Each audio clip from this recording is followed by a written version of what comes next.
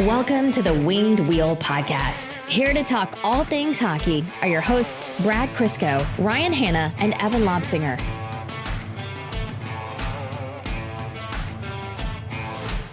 Happy Thanksgiving. Let's go around the table and everyone say one thing that we're thankful for, and we're not allowed to be mean. Who wants to go first? You can get the creative juices. You go first. My only reliable humor on this podcast is being mean to Brad, so you have to understand that I can't be relied on to do this. This was your idea, so you can lead by example. I'm thankful for Evan. It doesn't have to be us. I'm not thankful for anything. Yeah, he said we can't be mean. I'm going with the general apathy type answer. I'm thankful for Alex Nedeljkovic. I'm thankful in Canada we got Thanksgiving out of the way a month and a half ago. I am thankful for almost being done renovations. Oh, because I'm a broken man. And you can go back to pre-renovation Evan, which was also being a broken man. Yeah, you can tell he's almost done the renovation because he's now complaining about his hockey skates. Yeah. He's just back to his extracurriculars. Yeah, finally. I've never really understood the whole Canadian versus American Thanksgiving thing. I really think that we have the best of both worlds. I love football on Thanksgiving Thursday. You're telling me you enjoyed watching that Lions game today? No. Okay. Look,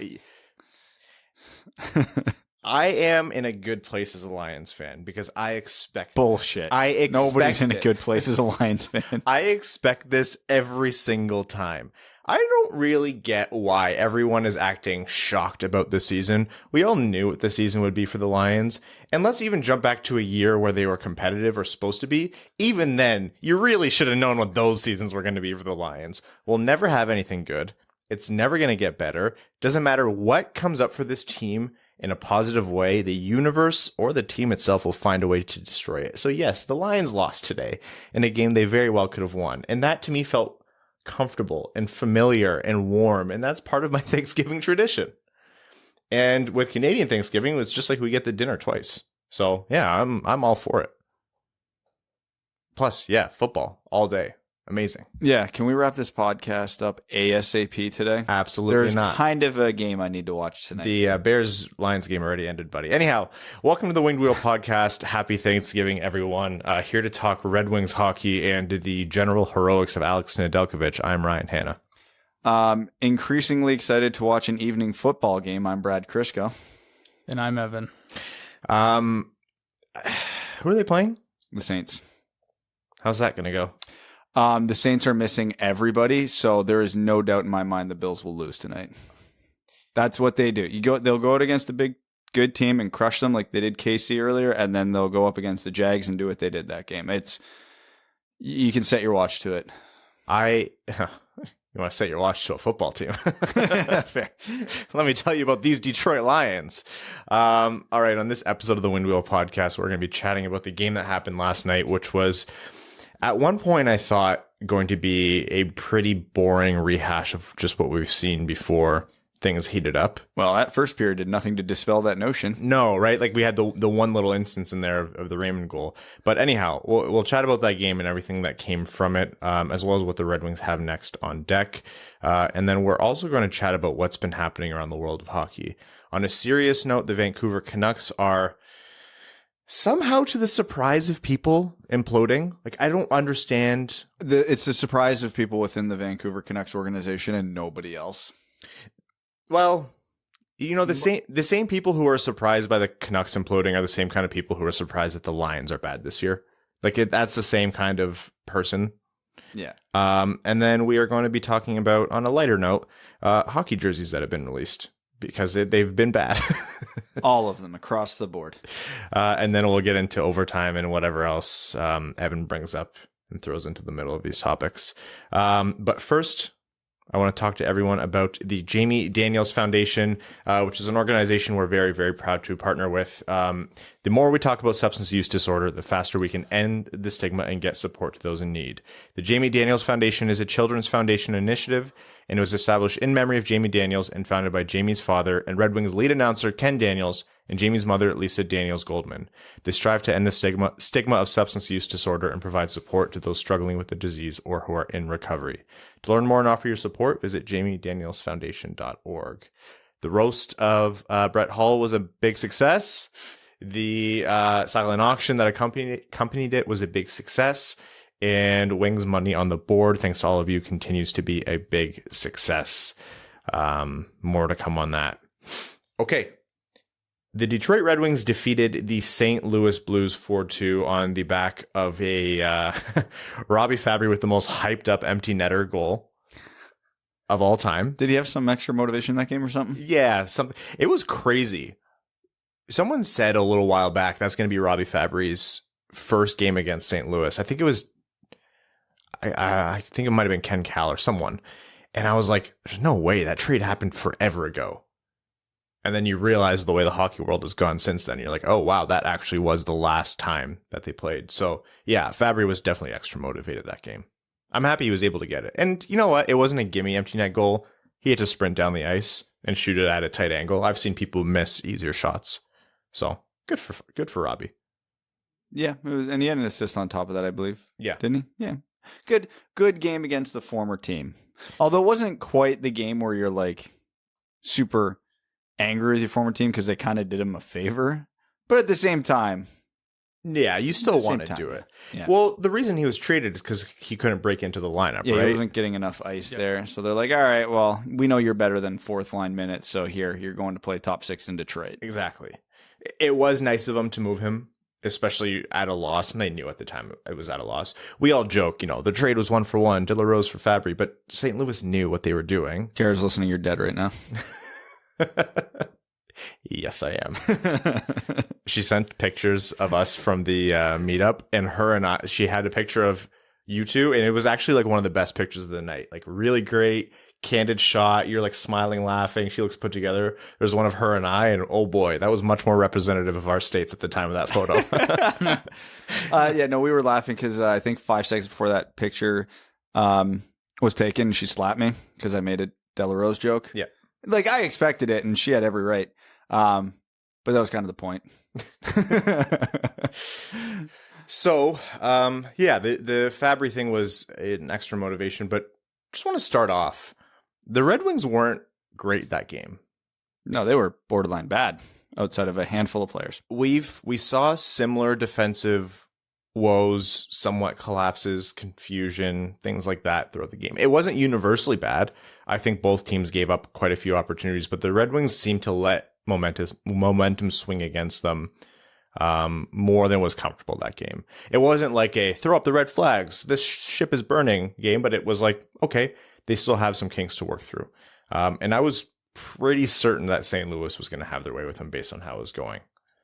Well, I think we're at the point in the season now where just about everybody's gotten into their rhythm. Like, the Red Wings did well with a very, we'll call it easy, early schedule. Yeah. And the fact that their top line seemed to be more in sync than the rest of the league. Now, all four lines and just about every team in the league are in sync, are in mid-season form. So there's that, everybody starts at, let's say, 75% of the beginning of the season and ramps up to 100%. Well, the Red Wings' first line started at 75% and have ramped up to 100%, and every other line in the league has ramped up to 100%, and the Red Wings' bottom 6 to 9, well, now we're remembering their 100% is nowhere near the rest of league average, so when Larkin's line's not out, this is what we're going to get for a good chunk of the season. I'm still pleasantly surprised by how good Fabry, Zadina, and Suter have been. Mm-hmm. But that's to Red Wings standards, not to league standards, right? Because we've, for 4 years now, we can comfortably say the Red Wings second line has been the worst in the NHL relative to other second lines. That's not the case this year, but they're still below league average. That second line won't win you cups. Yeah. But anyone who looks at that second line and thinks this is the Red Wings of the past are sorely mistaken. There's an there's a chorus of people who are very angry at various people in that second line. Zadina takes the brunt of it. Fabry's taken some heat as well. And I'm not going to say, Zadina, Fabry, and Suter have been perfect all year. They haven't, of course.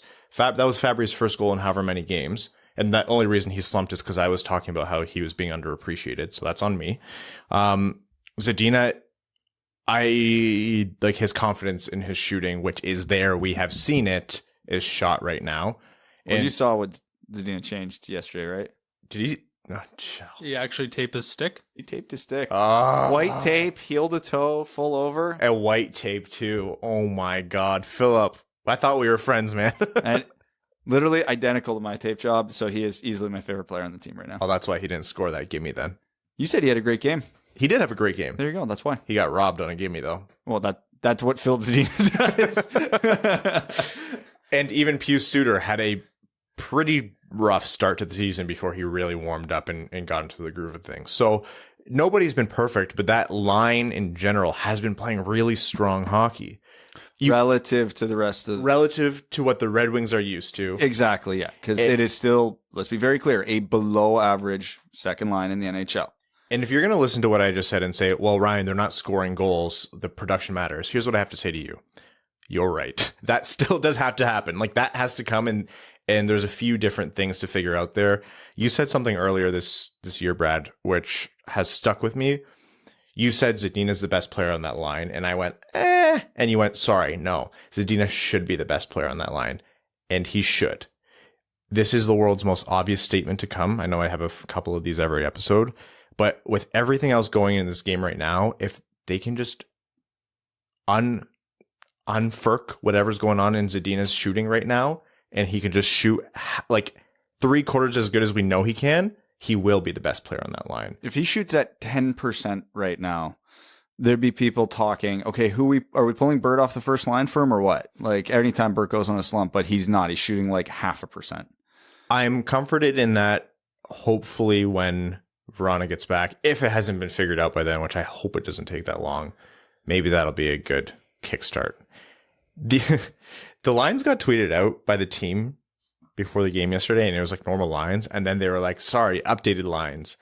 Nemesnikov, Larkin, Raymond, Bertuzzi, Suter, Fabry, Gagne, Veleno, Zadina, Smith, Rasmussen, Ernie. And I was like, oh, okay, we're shaking it up. And I actually didn't hate it. I was like, I understand the need to shake it up. 4-game losing streak, that is the time when a line blender is acceptable. Yeah. Anyways, the lines started as normal for the game. So Blasho was like, oh, the blender, huh? I'll blend this, and I'll blend it back. It was all happening in real time. Unblended. Yeah.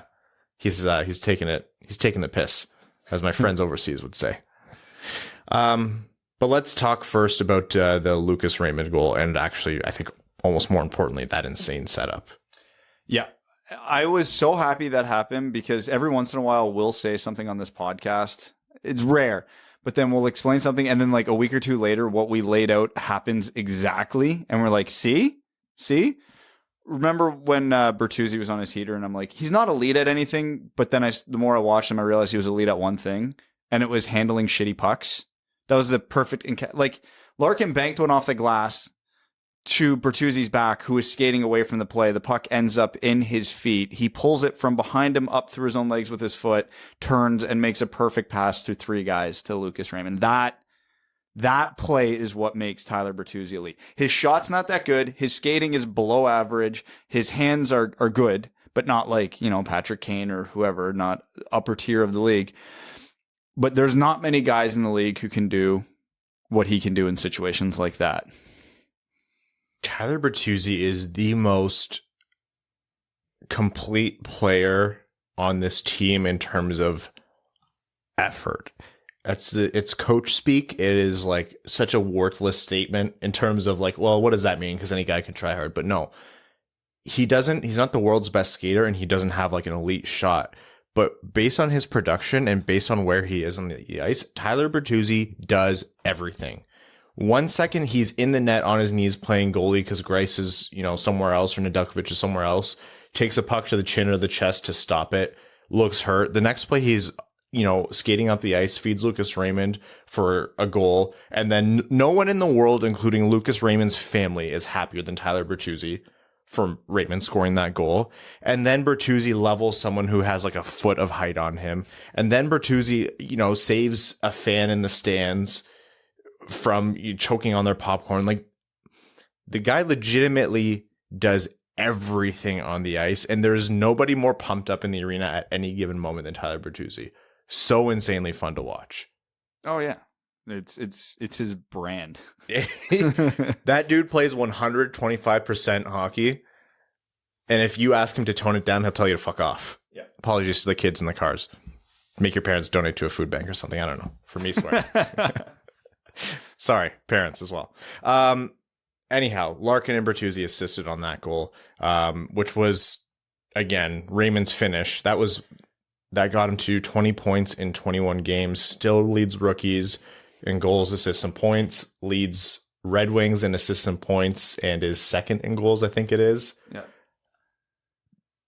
Calder leader outright in my mind right now. Oh, without a doubt.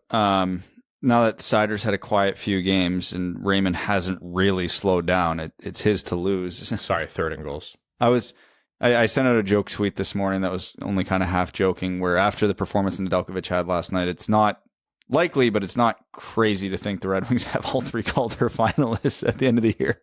Yeah, we're going to talk about Ned. They have the best rookie forward, the best rookie defenseman, and the best rookie goalie right now.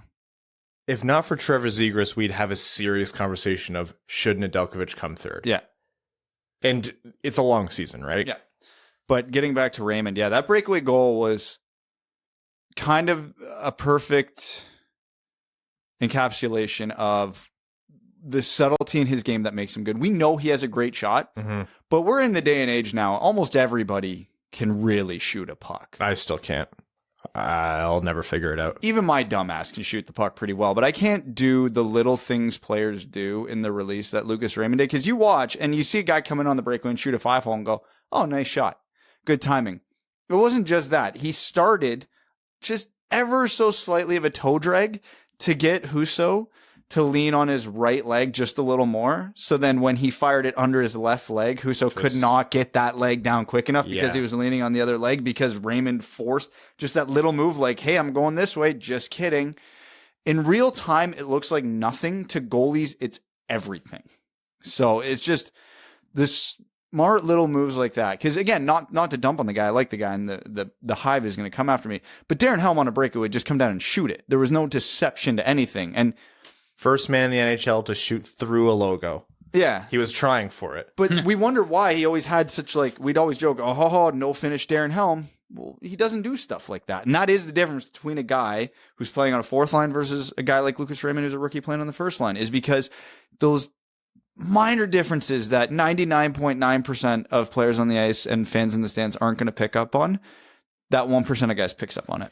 Yeah, your point there of, like, everyone can shoot a puck, right? Like, anyone can be good at scoring a goal in hockey in general. What makes you great at it at the NHL level is deception, like you just said. It's those small things that are almost imperceptible, and that's part of the deception. You need it to look so natural, so innate, so the defenders and the goalies bite. So they see it and bite. So former defenseman Evan Lobsinger is sliding across the ice on his ass because he bit on that move so hard. And that's what separates guys who can, in practice, pick a corner a million times.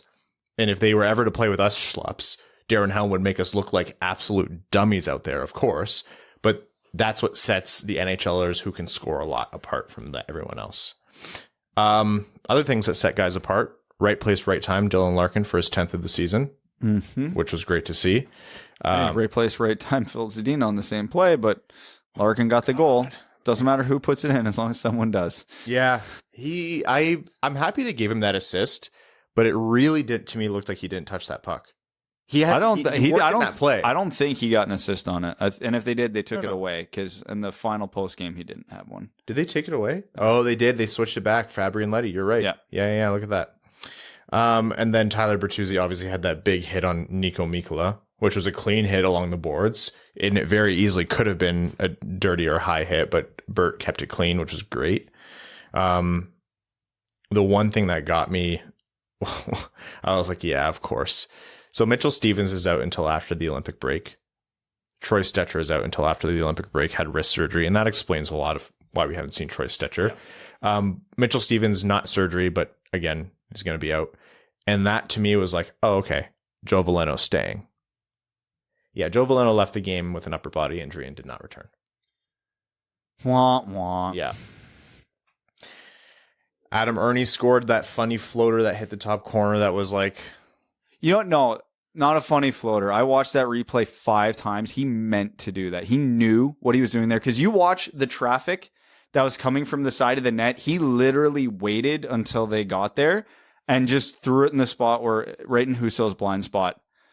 Everybody was going the other way. Yeah. Yeah. The screen was moving the other way. Yeah. Husso was moving the other way. And it was just a floater into sort of that dead spot. Yeah. It's a smart play. Like, that's a play you actually see the best defensemen in the league make, that those power play quarterbacks. They're like, why do they score on so many nothing point shots? Because they read those moments. I'm stunned Adam Ernie is one of the guys that can do that. Big Earn, baby. Power play quarterback, Adam Ernie. Yeah.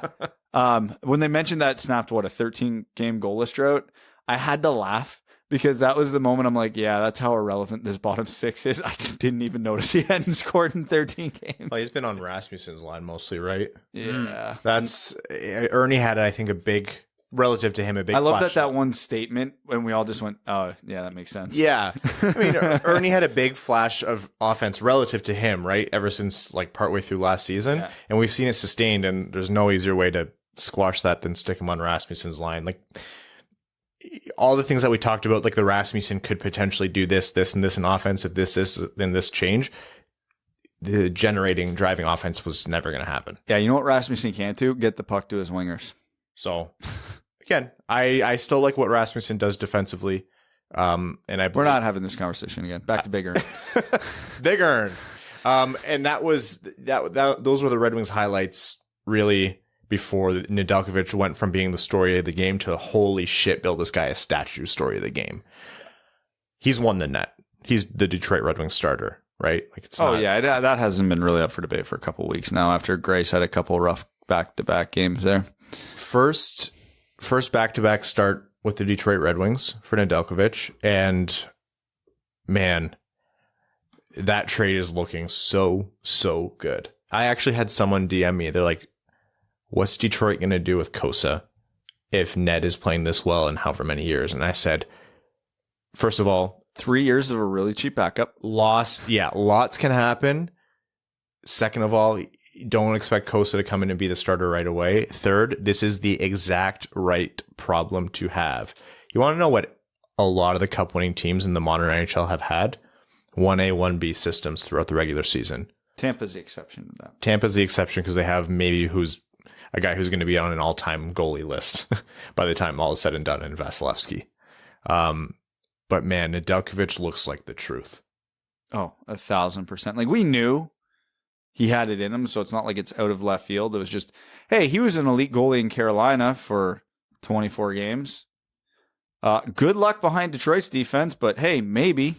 Well, here it is. He can handle it. Multiple incredible pad saves. Like I'm talking like 3 or 4. One came with like 35 seconds left that people didn't realize because they're too busy watching the replays from his other saves. And that diving save off the shot from the right circle. Scandella's shot? Yeah, that was like, I understand maybe not technically as hard of a save as his other ones, but that will go down in the season's highlight reels, and that will be played in his career highlight reel, and that's what will win him Calder votes if he keeps this pace up. That save. Absolutely unreal. Nedeljkovic has been out of control good. And again, we just talked about all these great things that the Red Wings did. Yeah, Lucas Raymond scored. Yeah, Dylan Larkin scored. Yeah, the Zadina line still had a good game. Adam Ernie scored that goal. The Red Wings still got outplayed in my mind. Yeah. In your mind, I think that's an objective fact. They got outshot by what, 15? Something like that. Like, it wasn't, they got outshot by like 30-something%. It wasn't that close of a game in terms of who was dictating play. It was Nedeljkovic and the top line being timely. That was the bulk of the game. Everyone before the season said, what's going to pull Detroit out of that bottom spot in the NHL? What's going to pull them away from 31st, 32nd in the league? And, 3 rookies. And we said, okay, Raymond and Sider have made the team and they've been absolutely unreal. And if they stick, actually, I think we even said before they make the team, if they make the team, that means they're playing unreal, which means the Red Wings are way better. And the Nedeljkovic-Greiss tandem being great. I think Greiss has had good and bad games, but altogether, I think he's still been decent overall. But both goalies, and especially Alex Nedeljkovic, have kept them in games they've had no business being in. And that's to lose Jonathan Bernier, who is the one who primarily did that for Detroit for the past couple of seasons, and then get that in an arguably bigger way in Alex Nedeljkovic. If I'm a Red Wings fan worried about goaltending, I'm feeling good about the future right now. That is out of sight, out of mind for me. Yep. I'm still disappointed in, though, with Nedeljkovic. He hasn't scored. Hasn't scored yet. He had the empty net last night. He's got no excuses. I know. Come on. I think we said the next time we have him back on the pod, we want to talk about the goal he scored. So, Ned, you're in a race because we're going to start inviting you back eventually. So hopefully there's a goal there. Overall, though, big win for Detroit. I think it was important for them to come back out of that 4-game slump. And it doesn't matter if it was pretty. They squeezed out the win, and that's what winning hockey games is about. I thought Osterley had a very nice breakup of a 2-on-1 last night as well, where he laid down to block the pass. I thought that was very well played. I don't think he gets I haven't seen his body of work lately, but I thought he's been playing okay. Well, not many people have seen his body of work lately. Yes. Not really slotting the lineup, but being asked to come into the lineup because De Keyser was out due to COVID protocol. Yeah, it's not easy to step in, and playing alongside Sider for the most part, right?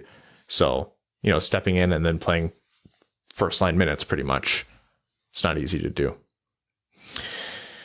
So long term, Joe Veleno, let's say this injury is not serious, which I don't know at this point in time. We haven't heard too much. Is he here to stay? Yep. Don't know how much credibility there is to it, but I did get a tip that he was told to find a place. Don't take that as a fact. But tweet that. If it is true, I mean, it makes sense. And again, with like you mentioned, the timing with the Stevens injury does make a lot of sense. Someone's got to fill that role, and you don't want to yo-yo Veleno up and down all year like they did with Cholowski, because we know how that played out. So he's been good. He's had some great games, and he's had some unnoticeable games, but at least he hasn't had games where he's been an obvious liability.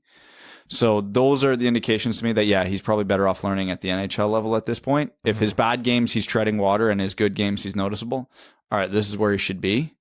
So hopefully the injury is not serious, because, yeah, he could get some serious run. And we've talked about it at length, but with the way Rasmussen's playing and the way he's playing, yeah, there's a reality Veleno could be starting the third line before long. I don't bet on it, knowing how Blashill seems to love Rasmussen for reasons unknown, but it could happen.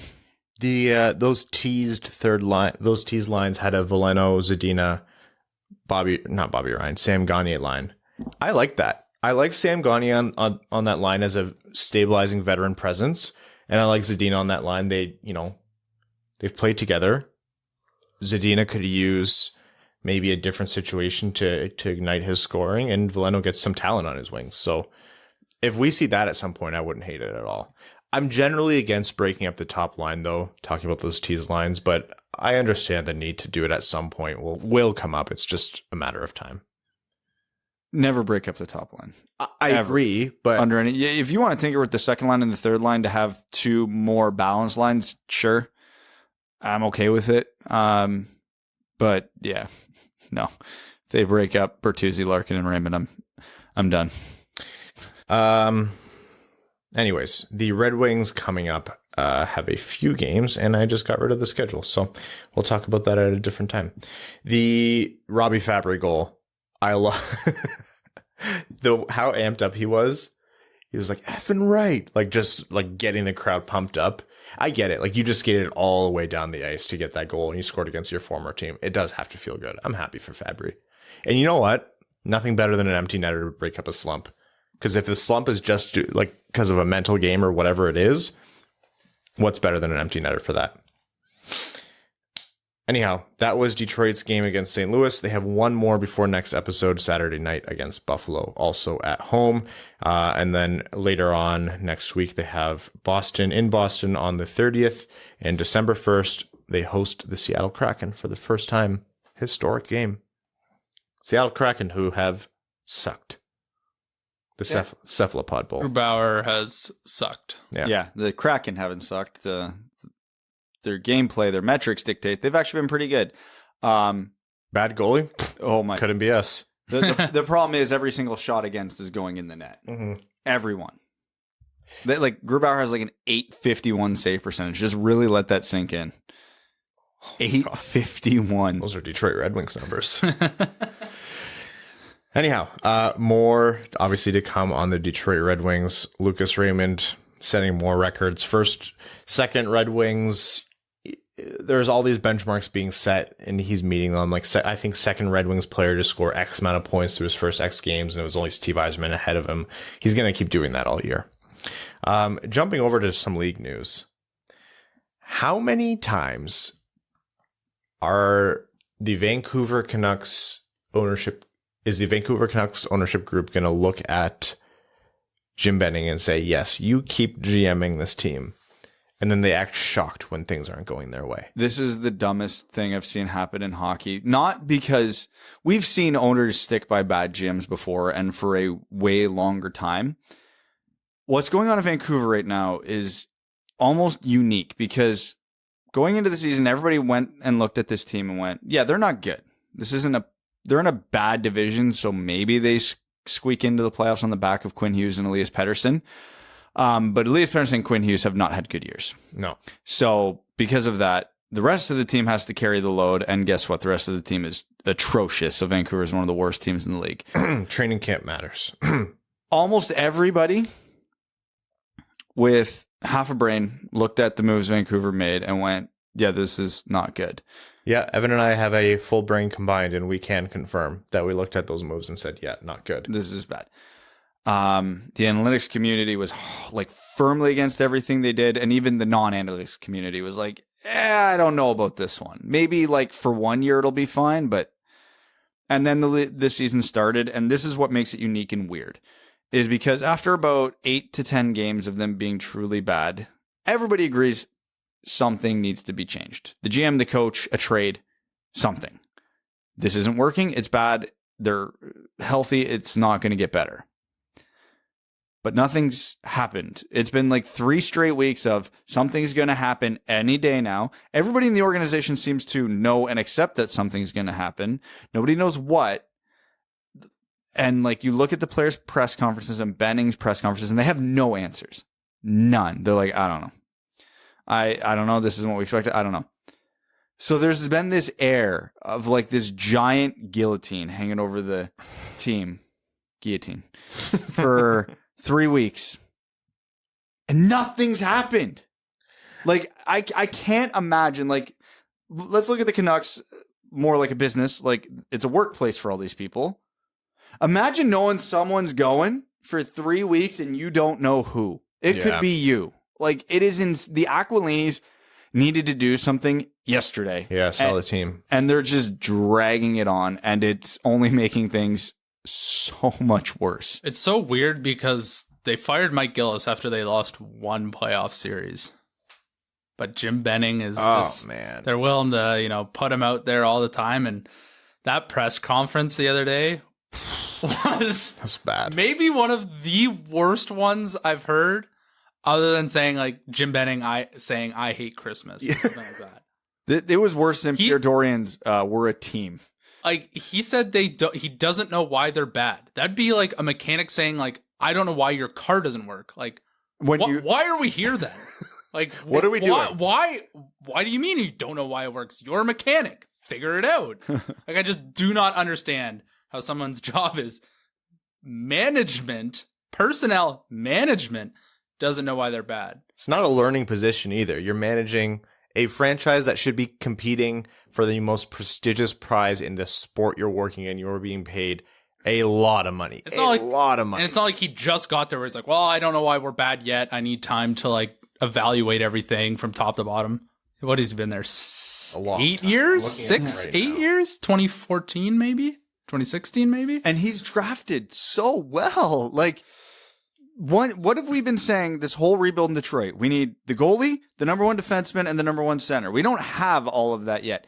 The Canucks do and have had for a couple of years. So they're like, okay, you have your Pettersson, you have your Hughes, and you have your Demko. Just build around him. The hard part's done. Build around him. Not the hard part. The hardest part is done. The part that you need luck to get. Yeah. Not every GM gets that privilege. It's been 7.5 years since he's been hired, by the way. Now build around it, and he has just universally made the worst move. Even the good players he's brought in have been in bad trades. Like JT Miller's been great, but he gave up a lot to get him. Connor Garland's been great. He gave up Dylan Genther and had to acquire Oliver Ekman-Larsson's contract to do it. Like it's crazy how bad he has how poorly he has managed this team and is still there. And he's not even going to be the first one to go. They're probably going to make a trade. They're probably going to fire the coach, and then they will look at him being the problem. Can I tell you, like, I heard this quote the other day from the press conference, and I need to just read this out loud. Yeah. Because it's maybe the least in touch thing I've ever heard someone say on record. Which is rich because of this podcast. So they're talking about the leadership in the room, stuff like that, and asking if he has a sense of responsibility about the team. He said, "I'm the leader of this group, and like I said, the moves we made this summer, I would have never envisioned we got off to the start. But we have now. We have to deal with what we have, and we've got to figure it out. It's hard. I'm not going to sit here and say it's not hard. It's really hard. But like with what's going on in BC right now, with all the people out in Abbotsford and the floods that they're dealing with, that's not easy either. So this is what we call life." Oh my God. When you really break down that statement, Jim Benning's basically referring to himself as a natural disaster, which feels very apt. Yeah, you think the floods in Abbotsford, where people are losing their homes and like roads are washing away and people have lost everything. Well, have you taken a look at our hockey team lately? Yeah. Like, they think that sucks. Wow, you should be a GM in the NHL making millions of dollars, not knowing what's wrong with your team. Like, Definitely some PR person who before that thing said, if it ever gets bad, pivot to sympathy for Abbotsford. And then they watched him do that and they just went, I quit. This is not what we meant. God damn it, Jim. There's just some intern running to unplug whatever TV camera is plugged in. Like, doesn't someone prep you for questions? They're like, all right, people are going to ask you this question. These are the 3 things that you're going to say. This is another question. These are the other 3 things. Like, do not go off script. This is what you say. And their PR. Jim, repeat after me. We're a team. Yeah. Man, a cup is not coming back to Canada for a long time, is it? Well, not on Vancouver anyway. No. Hey, look at what's going on in Alberta right now. Yeah, no kidding. And I don't care. I want the cup to come to I want it to come very close to Canada and Detroit, and that's all I care about. But I'm like, the Canadian franchise's remarkable ability to constantly just tie a low-hanging string behind or across 2 trees and then walk across it every year without fail is just incredible. Vancouver, this isn't a shock. Jim Benning has every single thing he touched turn into poop. No, he's done some things well. I'm really struggling to think of any. I didn't mind his contracts actually for Pettersson and Hughes. Those were all right. He's made dragged on way too long for one of them, but yeah, the deals he's made, some of the contracts he's signed haven't been bad. Some of the trades he's made haven't been terrible. A lot of the signings he's made have been very Ken Holland at the end of his Detroit era-esque, which is like, do not give that guy that much money for that much term. Squandered very important years for both Hughes and Pettersson with those contracts. He really should have gone a long time ago.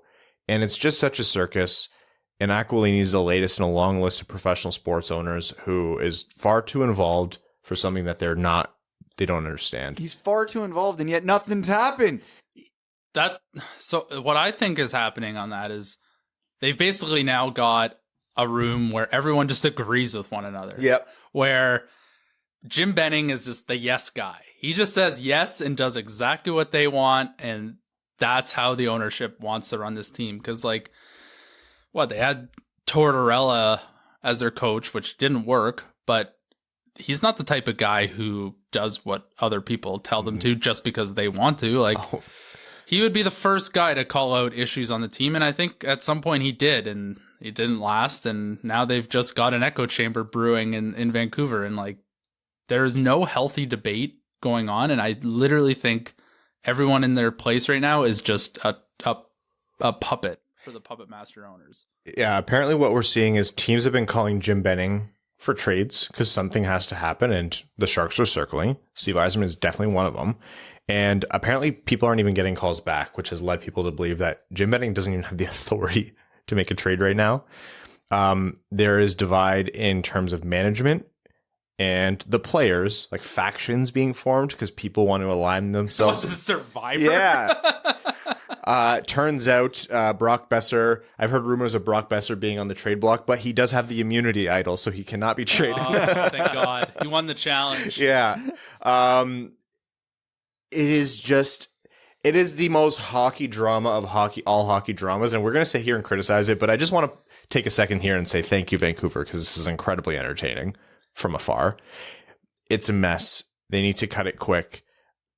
I think they are going to replace Benning. I don't know. We've heard a lot of conflicting noise as to whether it's going to be a player traded, a coach fired, or the GM fired first. I think Benning will go. You know who's been linked to the team? Dale Talon, baby. God damn it.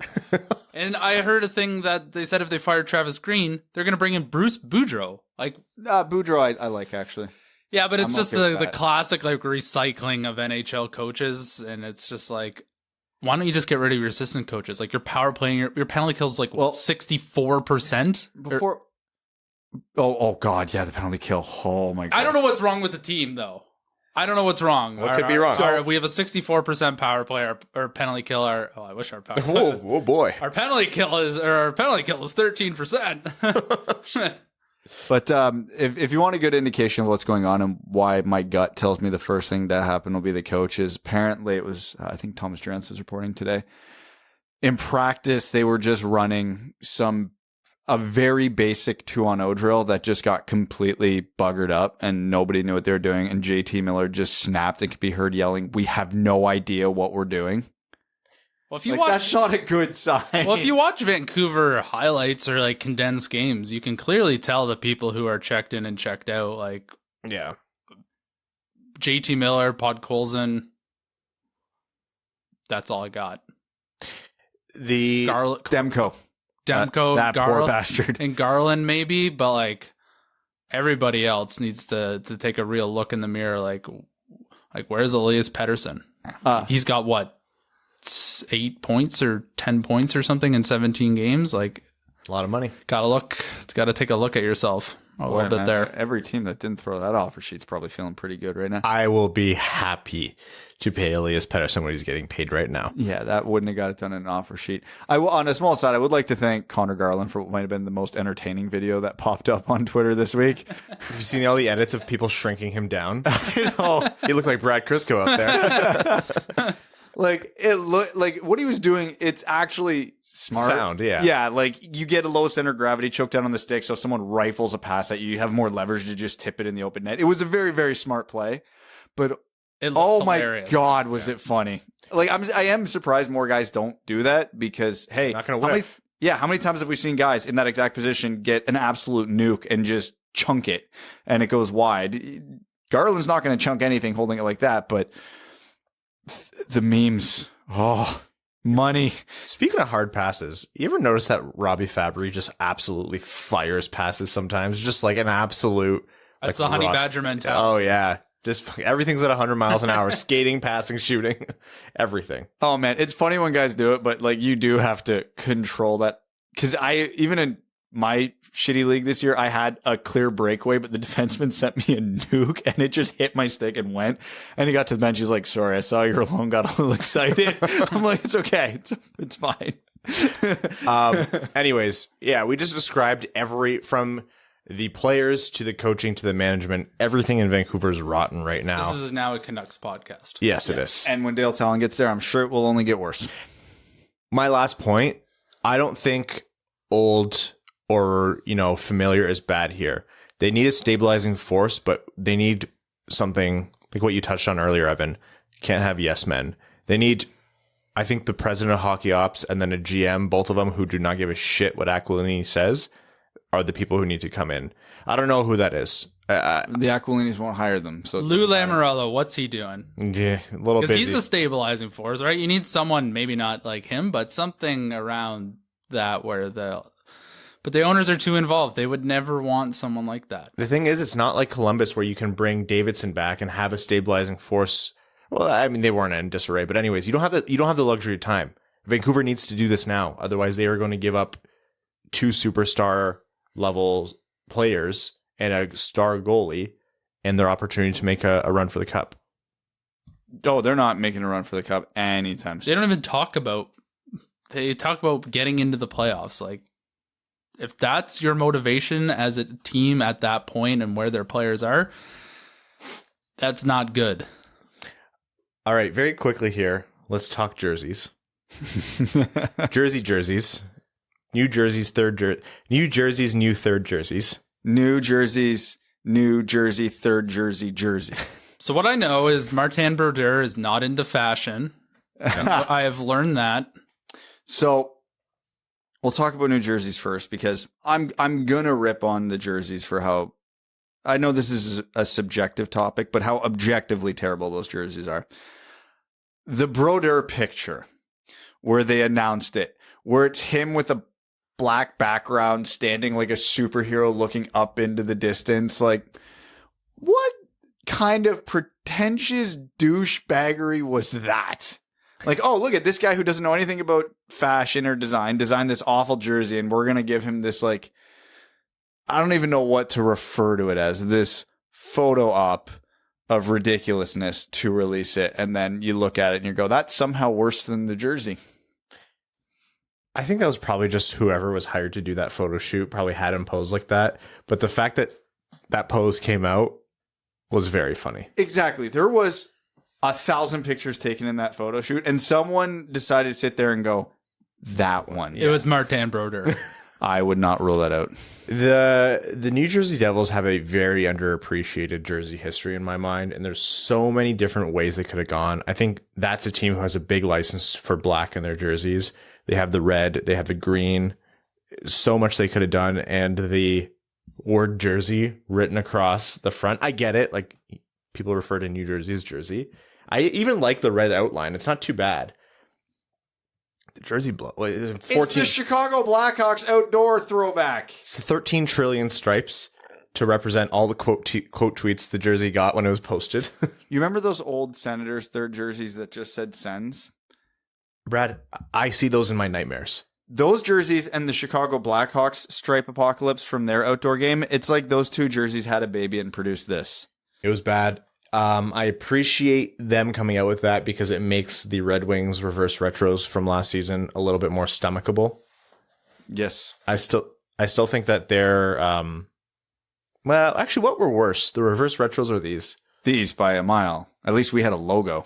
Yeah, that's true. New Jersey really squandered the opportunity to put like gloves and pants and helmet on their attire. If they did that, I would actually legitimately love these jerseys. Like the full uniform. There's still time, New Jersey. There's still time to salvage them. Just on the pant shells, it just says pants. Like that alone, I'm in. The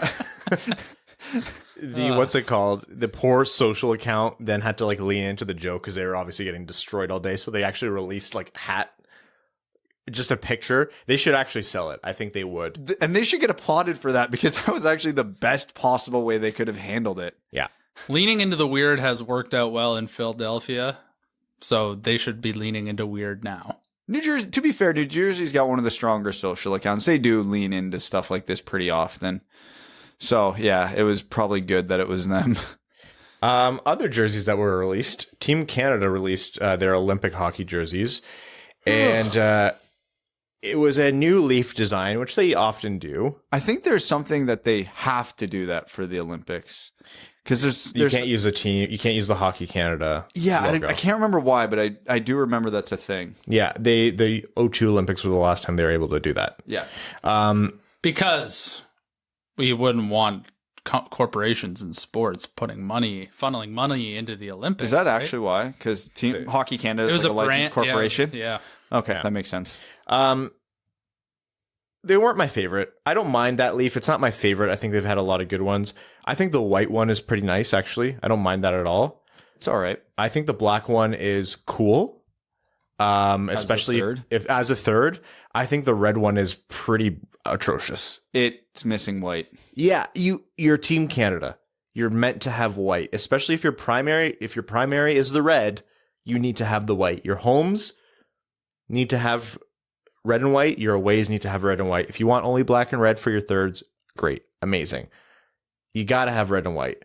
The red one is big, like highlighter third jersey. The Edmonton jerseys that I criticized but came around on a while back, but those were third jerseys, like that kind of feel. They need white in there. It's not good. Nope. At first I thought I know it's not petals on a maple leaf, but like, the pieces, I thought, oh, there's probably 10 or whatever for the 10 provinces. And then maybe there's 2 or something, 2 stripes for the, how many territories are there? There are 3? 3. Oh, well, that definitely doesn't add up. But there's 9, I'll say, petals. So that, I think that's an actual leaf though. Like that's how many points it has. 11 total, including the 2 at the bottom. Oh, yeah. Well, I solved my own mystery. Welcome to Evan Goes to School. Next week, we're going to be testing him on his geography skills. Which apparently are lacking. Altogether, though, I was like, you've had so many years, Canada, to come up with this. Like, you've had recycled designs recently. You had something different. And I was like, could have been better. It wasn't the worst. I really just don't like that red jersey with the black leaf, though. It's meh. And then Team USA came out with theirs, and I went, oh, wow, the Canada's is actually not bad compared to this. Why? Those are phenomenal soccer jerseys for the next Summer Olympics. Again, the history of the American Olympic hockey jersey is so strong, and they have so much to pull from, and so many like tried and true designs that are just classics. And it's been a long time since we've seen NHLers in the Olympics, so they could have gone and done the same thing as they've done before, and everybody would have applauded it and bought a ton of jerseys. But instead, you get the plain bar across that just says just says USA, like 10 different blues of different dark shades. It was weird. The Finland third jersey. Yeah. It pisses me off more because the US has the benefit of the best tricolor uniform scheme for sports. Red, white, and blue. Yep. Always a classic for uniforms, no matter the sport, whatever. And you have so many gimmies with that. So many. And they just buggered it up. It's depressing. They could have gone with the USA diagonal. They could have gone with the crest. They could have gone with the USA kind of like curved across the chest. They could have just ripped off the New York Rangers jerseys and nobody would have complained. The stars on the shoulder. I actually had a soft spot for the USA jerseys that had the S turn into the American flag. Like I actually really like those. Yeah. They could have done so much with that, and it's just so uninspiring. Like Team Canada's are the red ones are rough. Don't get me wrong, but at least they tried something different. USA's looked like they were designed by someone at Adidas who's never watched a game of hockey in their life. The interns. Yeah, the biggest footy fan that they had there. What accent was that? Don't know. We'll say somewhere in Western Europe and leave it at that. Okay, yeah, good. And it's I don't know, man. It's shitty. Like I don't want to watch. It's very meh. Yeah. Does it matter? No. There's people who hate the jersey conversation. They won't be on the podium anyway, so who cares? Well, if they get Jack Eichel ready in time, and that's a serious conversation there. I feel like we could talk about that forever because I don't think Vegas would let him go. Oh man, that's a good topic. We'll save that one. Evan, you're gonna be driving the bus on that topic. Okay. Finland's jerseys are good. I love their logo. Yep. Finland just took parts of what USA did, but actually put a good logo over it. Yep. Yeah, that's the USA thirds. They saw Finland and went, oh, let's try and rip that off. Yeah. And then they failed miserably. Yeah. All right, folks. We're going to jump into overtime. Overtime in the Winged Wheel podcast is brought to you by our Patreon supporters who are substantially cooler than everyone else, including us. Patreon.com/Winged Wheel podcast. If you want to help support the show, genuinely, we can't thank you all enough for your support. It means the world to us. we have changed overtime a bit. We take fewer questions for the main episode. We grab some topics and some questions that we feel like make for good discussion. And then we still answer the rest. And we record them and we release it as a Patreon exclusive bonus. So, AJ Voss says, what's been going on for Alexis Lafreniere? I haven't watched a lot of Rangers games, so I haven't watched him play much, but I know his counting stats and ice time this year and last year are well below what was expected. It's early and he could pop off whenever, but has he just not looked NHL ready? Has he been misutilized by New York, or is it something else? Some guys just take longer to transition. Let's not forget how mediocre Nathan MacKinnon was for the first few years of his career. Yeah. So I'm there's nothing I can pinpoint to while watching Lafreniere and go, this is what's wrong. So yeah, I'm just going to chalk it up to a slower transition than normal. I think one thing people did get wrong, us included, was how much of an impact he'd have early. I didn't think he would be the most NHL ready right away, but I thought if anyone was going to have the skill to break through all that, it would be him. So that was pretty surprising. I don't watch the Rangers close enough to know, and I think we have to have Ryan Mead back on the show to talk about this, but Kakko's just heating up now. He's on a little bit of a tear. They have to make it priority one to make sure Lafreniere and Kakko start to blow up immediately. That you cannot waste a first and a second overall pick in drafts that were meant to be incredible like that. They had an amazing luck to be able to hypothetically get out of this rebuild. They've made some decisive moves with their team and with their coaching. Buchnevich just scored against the Red Wings for St. Louis, one of the only two players to do that yesterday. And I know at times they were want for scoring this year. Anyways, they can't afford to let those guys fizzle out. And actually, you know what? They owe it to the sport of hockey. If you're going to jump that many picks and win the draft lottery twice, don't ruin the guys you take. Not that the onus isn't on the players, but it's on the team. Miss Days says, if Veleno misses time, that's 2 centers down from our shallow puddle of center depth. Does this mean Pearson finally gets his shot, or is it more likely we shift someone to fill the 4C and bring Bergeron up to the third line with power play time? He's been on a tear in the AHL. I would like to see that from a fun perspective, but the Pearson option is way more likely if Veleno is out for a while. We have to be due for the Bergeron view soon, though, right? Like, he is going to get games this year. He's going to get games, but we're only 20 games in. I think Bergeron's the type of guy, given the uphill battle that he has, is probably going to get some more, let's call them games with less pressure. I'm trying to say it as politely as I can. Yeah. I would like to see it sooner just because I think it'd be fun. And anytime that you could stick him on the power play. Oh, like I said, from a fun factor, this is what I want. Yeah. Not what I think is going to happen, though. Right. And it is also impressive to see him doing what he's doing in the AHL when this year he might have been expecting to play on opposite Lucas Raymond. And obviously he didn't get the opportunity to do that. So, feeding into a similar question, Colorado 14ers asks, is it likely that Soderblom, Johansson, Edvinsson, and Bergeron all make the roster next year? Edvinsson and Bergeron, I'll give stronger than 50% right now. Soderblom, more likely than Johansson, but I'll say still less than 50%. I think those guys are both going to get probably at least one full year run in Grand Rapids. I would flip Soderblom and Johansson. Like, I think maybe Johansson would be a little bit more likely. It really depends on how the rest of the season goes and how he does in camp. Like, he's far from a gimme. At this point last year, we knew Seider was making the team. Yeah. That's not the case with Johansson, but he still could. The Red Wings decors, there's a lot to be excited about, and there's a lot to think, oh yeah, we need to chip away at that. They have a lot of UFAs coming up. Nicoletti might be dealt at the deadline, so I would say Johansson has a little bit of a better shot. I'll guess both he and Soderblom start in the A, though. Man, watching Edvinsson, the way he activates in the offensive zone, Seider does it too. And that to me was very surprising with how quickly and how smoothly he does it. But Edvinsson truly does it. Edvinson's more aggressive about it. Seider activates to keep the play alive and get the puck to someone he feels is better suited to run around the offensive zone. Edvinsson is like, Edvinsson's a threat. I got this. Yeah. We'll get it to the net. He's a threat. Like, he's a legitimate offensive threat. And again, this isn't an Edvinsson versus Seider, or Edvinsson is better than Seider at this, or anything like that. Like, legitimately, they're just different players. The way he moves into the zone, he is a true offensive threat. You can see the space and respect he gets from the defenders. They know what he can do.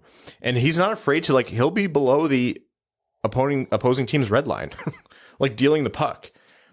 If Seider did that, I would love it, but not every defenseman's going to do that, and Seider's way too defensively minded to do that often. Edvinsson's a little bit more wild that way, but hey, it's a modern NHL. Everyone needs to produce on offense to some capacity.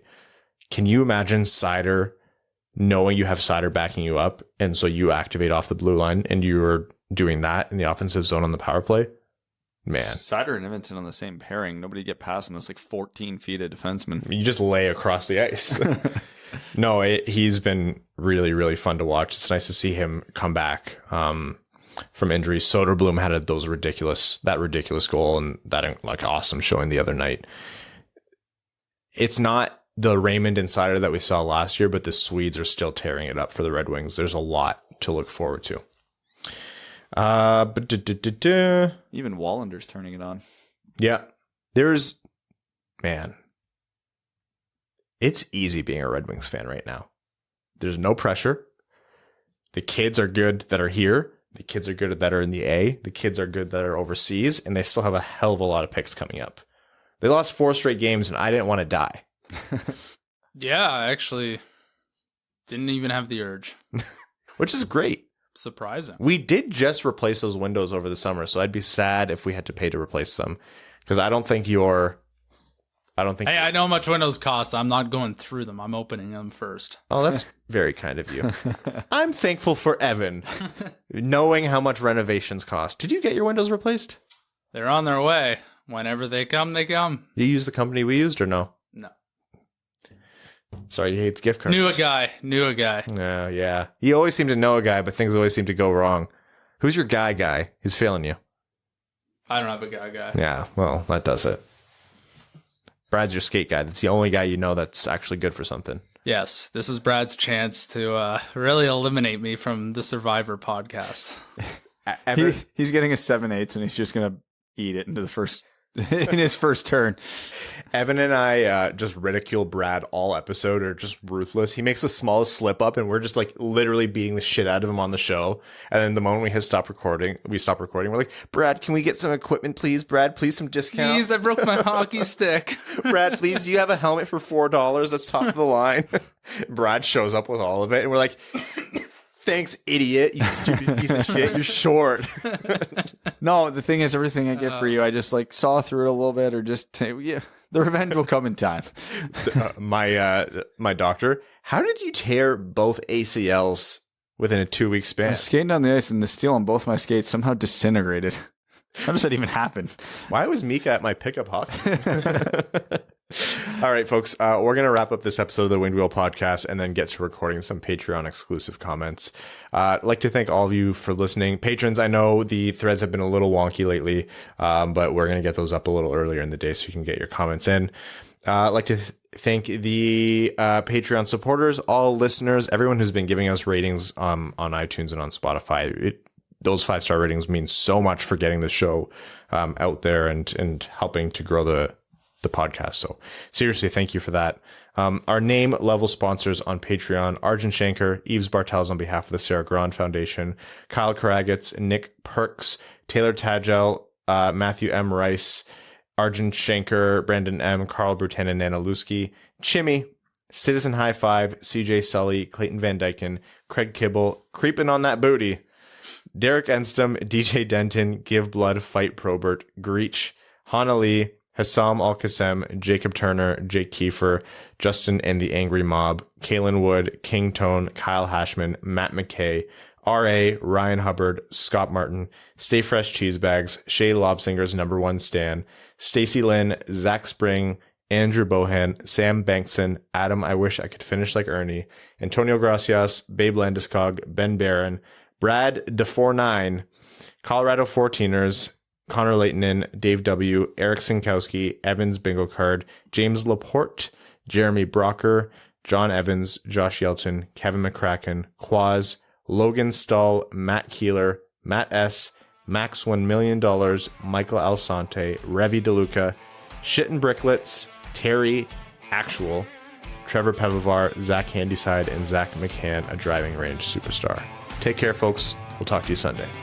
Thanks for tuning in to the Winged Wheel Podcast. Be sure to check out wingedwheelpodcast.com, where you can subscribe to the show on iTunes, Spotify, or wherever you get your podcasts. You'll also find links to other ways to support the show, such as Patreon, official podcast apparel, and more. And don't forget to follow the show on Twitter at Winged Wheel Pod. And of course, the hosts at Brad Crisco, at Ryan Hanna WWP, and at Hockey Town Evan.